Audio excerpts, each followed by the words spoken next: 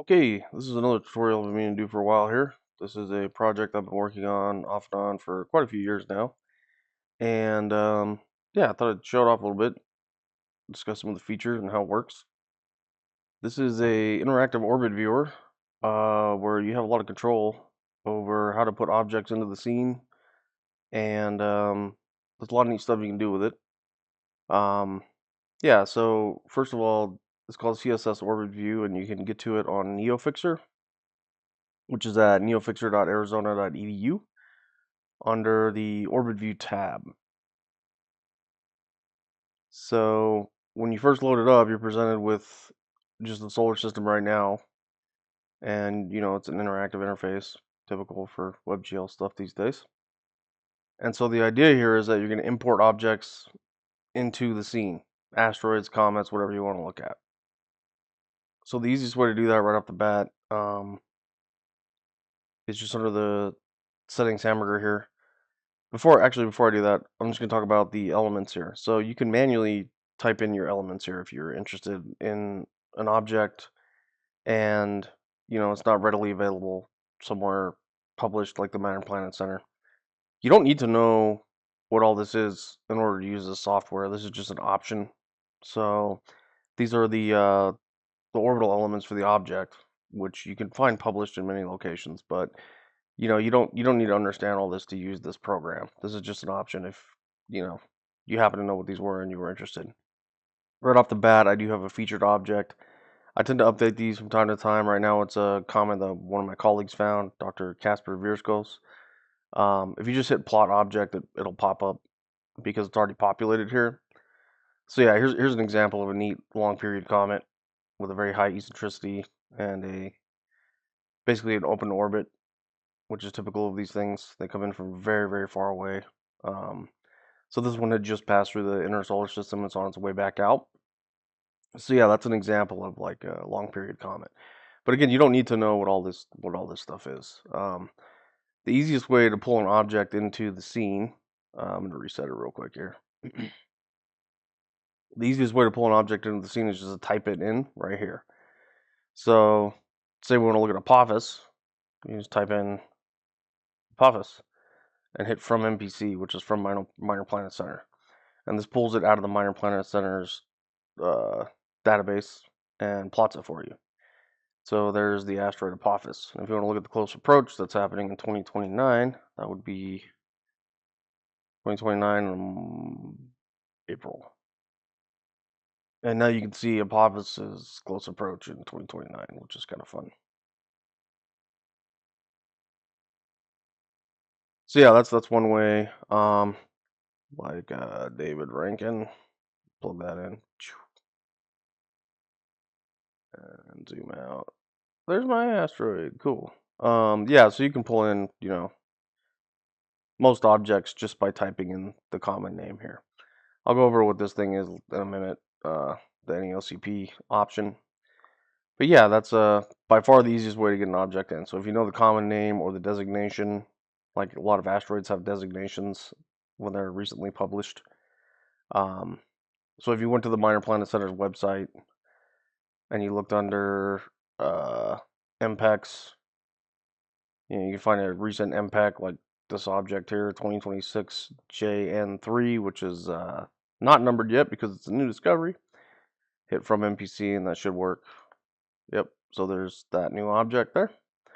So yeah, it's real easy to get objects on the scene here. You don't need to know a whole lot about how this works. And of course you have a time scrubber. You can scrub forward and backward in time to watch the objects move, see their orbits through time.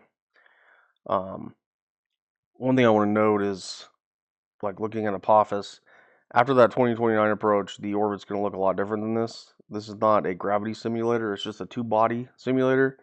So it's basically just looking at the sun and the object and showing you the orbital elements for the object. These elements can go stale, especially if there's a close approach to a planet like Earth and the orbit changes dramatically. So just keep that in mind. This is not a gravity simulator, so the orbits can go stale. There are corrections I put in here for the planet positions from JPL that keep them pretty accurate out thousands of years.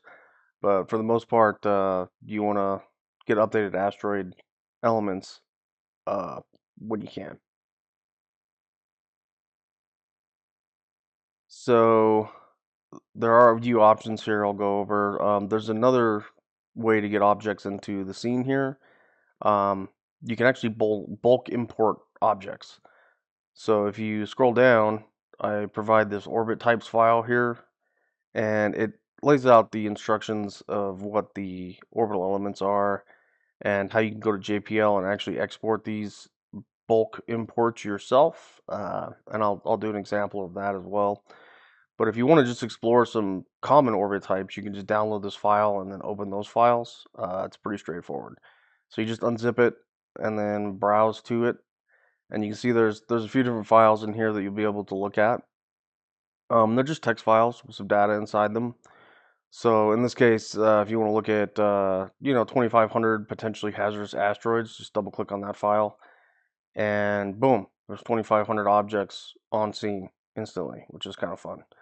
So you can then animate these, and it kind of shows how they're moving through the inner solar system. And then you can turn on their orbits if you want. Of course, you can see the orbits from the objects we plotted previously. Um, yeah, so you can do some pretty neat visualizations this way. Hide the objects. So yeah, it looks kind of neat. So yeah, this thing, I've got it up to about 1,000,000 objects running smoothly, so it can handle a lot. In this case, there's 2,500, and there's coloring options.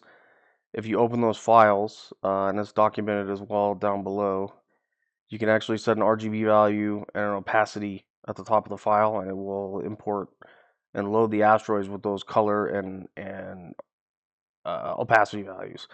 So you can create interesting grouping visualizations. So, let's take a look at this file. This is 10,000 named main belt asteroids. And so then I'll turn the orbits on for these. And then we can re-import the PHAs again. And then enable the orbits again. Turn the objects off. And then you have kind of a neat visualization showing main belt objects and potentially hazardous asteroids. So this is 13,000 objects plotted here, and it doesn't have any issue running that. Some view options get disabled as you add more and more objects to the scene. 13,000 is fine. I think it shows up to 100,000 orbits, but at some point the orbits themselves will start slowing the project down. So that option will be disabled after 100,000 objects, and the names are disabled after 5,000 because you can't look at 5,000 asteroid names at the same time. It's just too many. It's kind of pointless to even use it anyway. Um, I can show you a quick example of that. So if we go back and load up the potentially hazardous asteroids, which again are just in that zip file, and turn the names on, it warns you may slow rendering, which it absolutely will. But I mean, this just gets crazy cluttered, right? Like that's way too many object names. So this feature gets disabled after like 5,000 objects because I don't know, there's just no point in that. You can't select individual objects after you bring them in, which is another point I was going to make. And then this should work as well. Follow it. So now it's following asteroid 2135 in its orbit instead of the sun. Okay, so how would you import these yourself if you're interested in looking at different classes of asteroids? So the easiest way to do this is just go down to, again, in the instructions, it tells you which fields to export: object name, JDT, AM, EI, pairing node P, which are the elements. So it's really easy. It's just going to the JPL database search engine here, and then you can start setting selectors. So you can limit by the kinds of objects you want. So if you wanted all the current PHAs, you would just select this. And then you can limit by orbit class. So you can even narrow your PHAs down if you wanted to like just the Apollo PHAs, or the different types of NEO here. You could pull in many different groups and types of objects this way and color them differently, which would be fun if you're interested in doing that. You can also select parameters for the object if you're interested in that. So physical parameters or orbital parameters. So if you wanted to look at all objects of a certain size range, you would, use the absolute magnitude value. Or if you wanted to look at only highly eccentric objects, you could narrow down just to the eccentric objects. So there's a lot of filtering you can do here. We're not going to do that right now. We'll just do the PHAs because it's an easy example. So head down to the output selection. And so there's nothing, these are the available fields. These are the output fields you're going to use. This is where you have to get this right or the software doesn't work. So the first thing you'll need is the primary designation or the name or the object full name. Just stick with primary designation for now. And then if you remember from earlier, the next thing we need is the epoch. So so those are the first two fields. You can add those, name, epoch. Then it's A, M, E, I, peri, node, and orbital period in years. And again, you don't need to understand what all these orbital elements are. You can look them up if you want, but this is not what this is about. This is just about helping you get these exported quickly and plotted in the software. So once you have your selections up here made and your selections down here made, you just hit get results. Now that that's done, the JPL is saying there are 2,545 known potentially hazardous asteroids. So these are objects that are nominally around 140 meters or larger and pass within 19.5 lunar distances of the Earth's orbit. That would be a definition for a potentially hazardous object. So at this point, you'll download with this button over here, download CSV format after you get your results here. So I'm going to do that. So now I have that file downloaded. I just put it on my desktop. So you can go to Browse, Desktop, and then right here should be it, the DB query CSV. Just double click on it, and bam, you just imported all known potentially hazardous asteroids. So again, that's just one way to get a whole bunch of objects on scene quickly and accurately. You can turn the orbits on, and these orbits are brighter because we haven't added those opacity values to the top of the file or the RGB values. So if I wanted to, I could just right click on this, edit with a text editor, create a new line, opace 0.2. Let's try that. So I just changed the opacity a bit. So let's go back to our viewer, reset it, and let's see if those orbits look a little better now. Once again, upload it, and orbits. Now you can see the orbits are a little more transparent, which is because we changed that opacity value.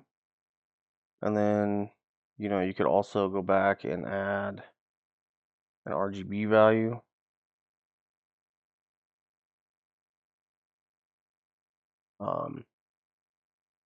And in this case, once again, it's all documented down here. You do RGB and then you do the 30 to 255 values that you're interested in. We'll just copy this just to see what it looks like. So this is how you can change the color for this grouping.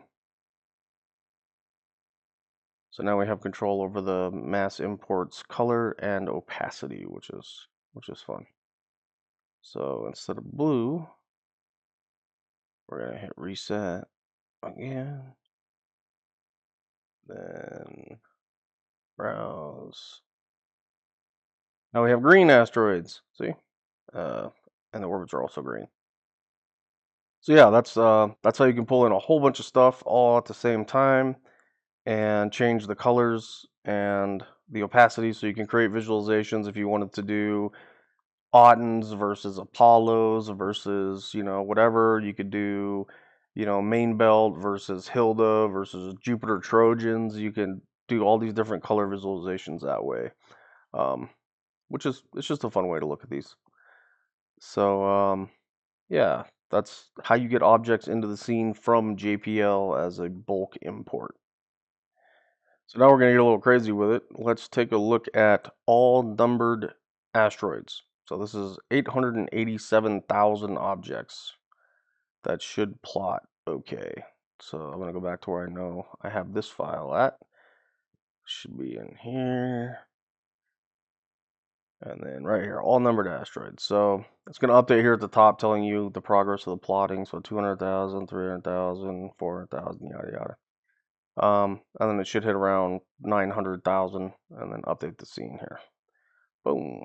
So yeah, these all known numbered asteroids.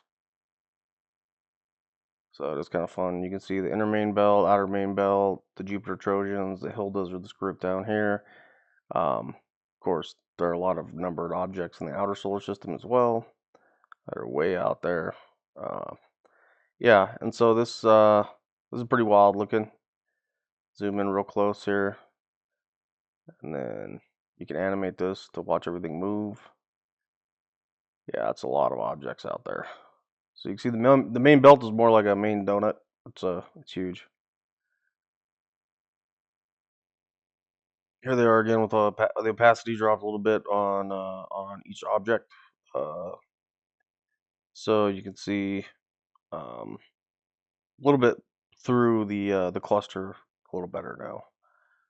But yeah, that's a lot of asteroids. So almost 900,000 asteroids here. Pretty wild. Yeah, it's kind of fun to watch it move.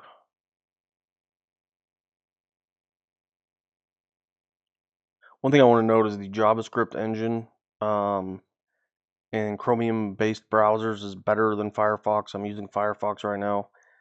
You will get better performance out of this if you use it in Chrome or some other Chromium-based browser. That's just their JavaScript engine is just objectively better. But it still works just fine in Firefox. So yeah, I'm using Firefox right now. Yeah, so ton of asteroids here.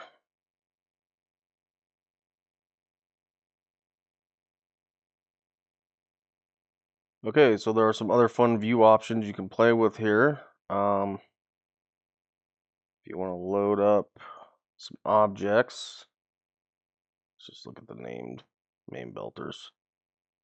And again, I turned the opacity down a little bit on these, so they're kind of hard to see right now. You can tweak that in the top of the file as I showed you earlier.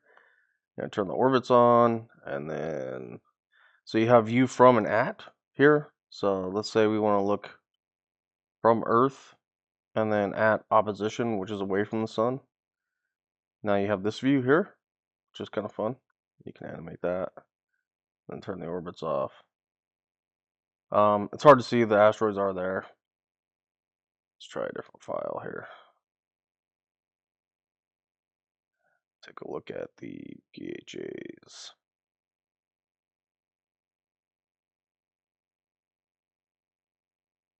Actually, you know what?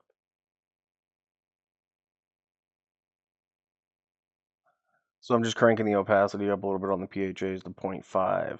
See if they show up a little better here. Yeah, there they are.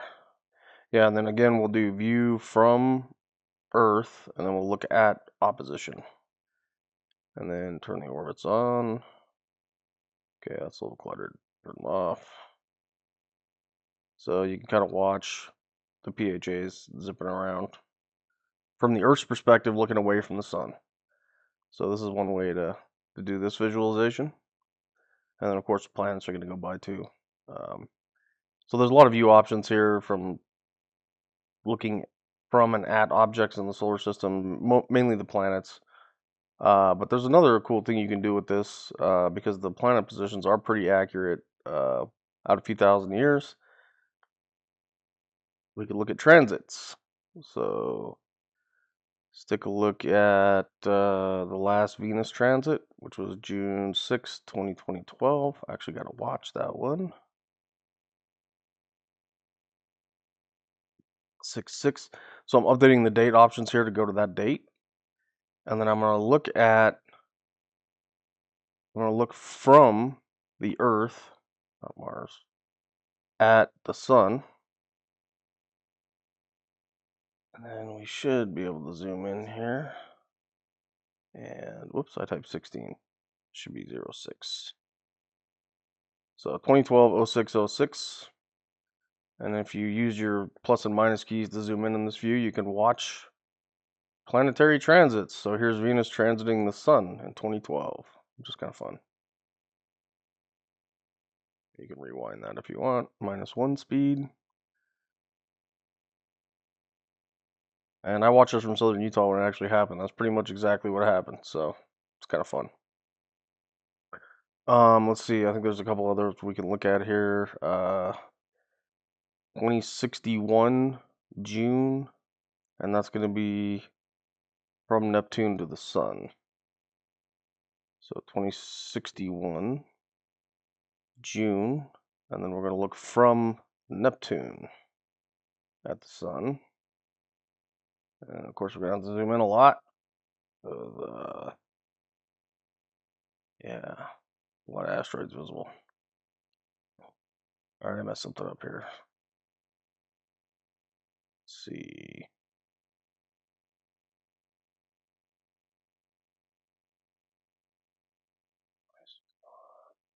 Oh, you have to actually hit go here when you type your data in, just in case you didn't notice.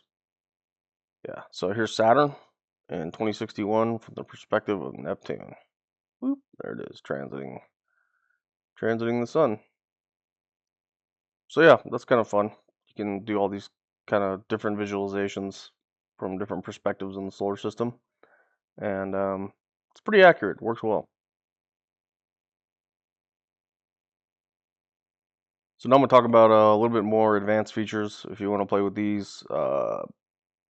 So the first one I was going to cover is this NAOCP box.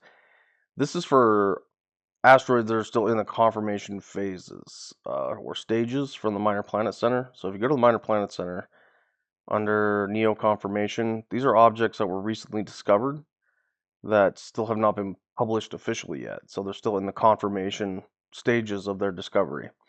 Some of the ones like that only have 4 observations and 3 observations are likely lost. But if you want to look at the orbit of an object in here that has a decent arc on it, so you can look at the arc here. This is in days. So like here's an object that has a 1-day arc that was found by Catalina Sky Survey. If you copy that designation and paste it in here and choose from NEOCP, it'll download the top 100 orbits that the Minor Planet Center has published for that object. And so you can see here when I turn the orbits on, it's a pretty constrained orbit at this point, even with a short arc. But what this does is it helps you visualize the uncertainty a little bit, especially with newly found objects. So you can see this line gets kind of fat near the outside and skinny on the inside. That's actually the uncertainty in the orbit that still exists because it's a newly found object, even though this one's pretty well resolved at this point. So let's try to find a more uncertain object. This one only has a half a day observations. Let's take a look at it.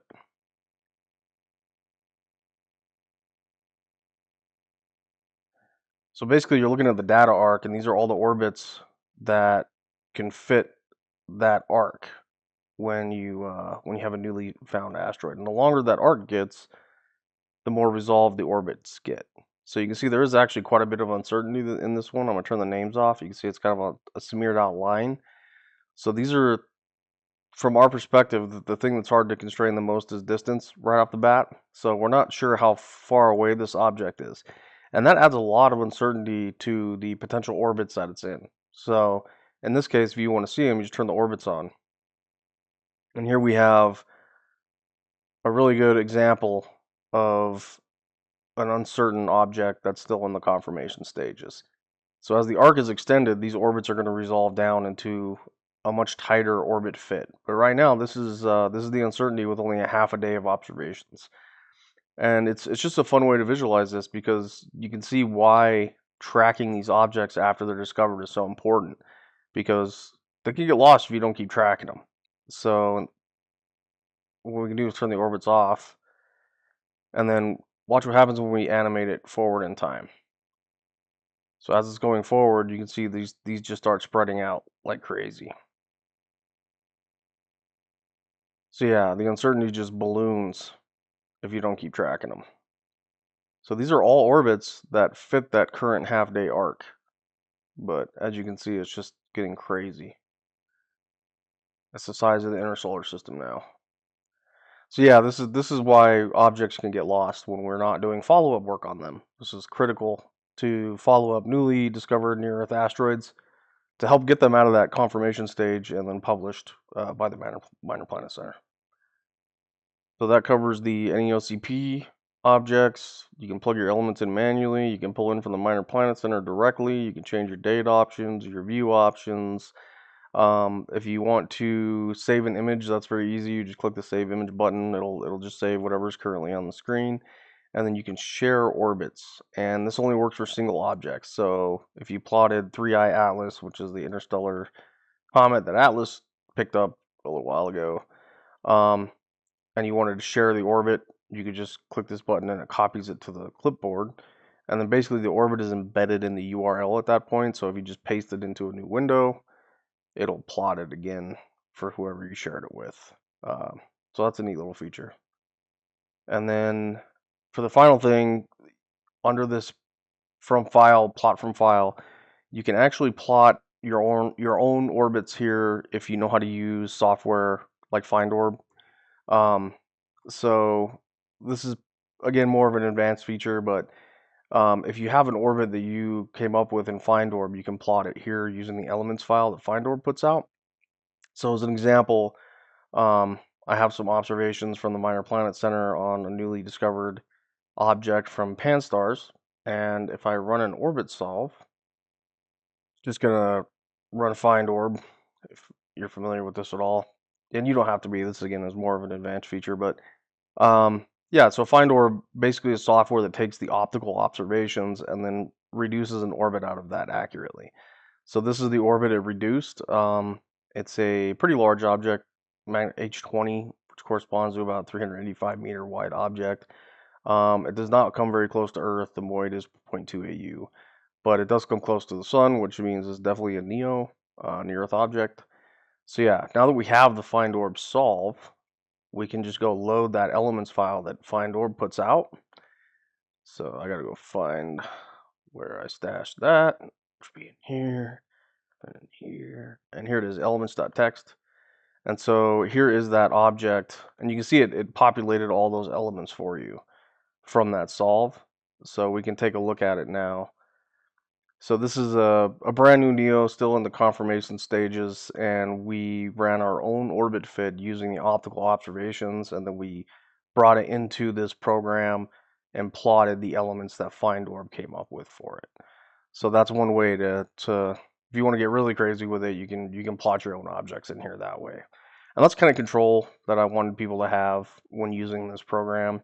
I wanted, easy access and a little bit more control if you wanted to plot your own objects. So yeah, that's how CSS Orbit View works, and I think that covered all the features or most of them. So yeah, I encourage you to play with it and have some fun, come up with cool diagrams, and yeah, share them with me. Thanks. Bye.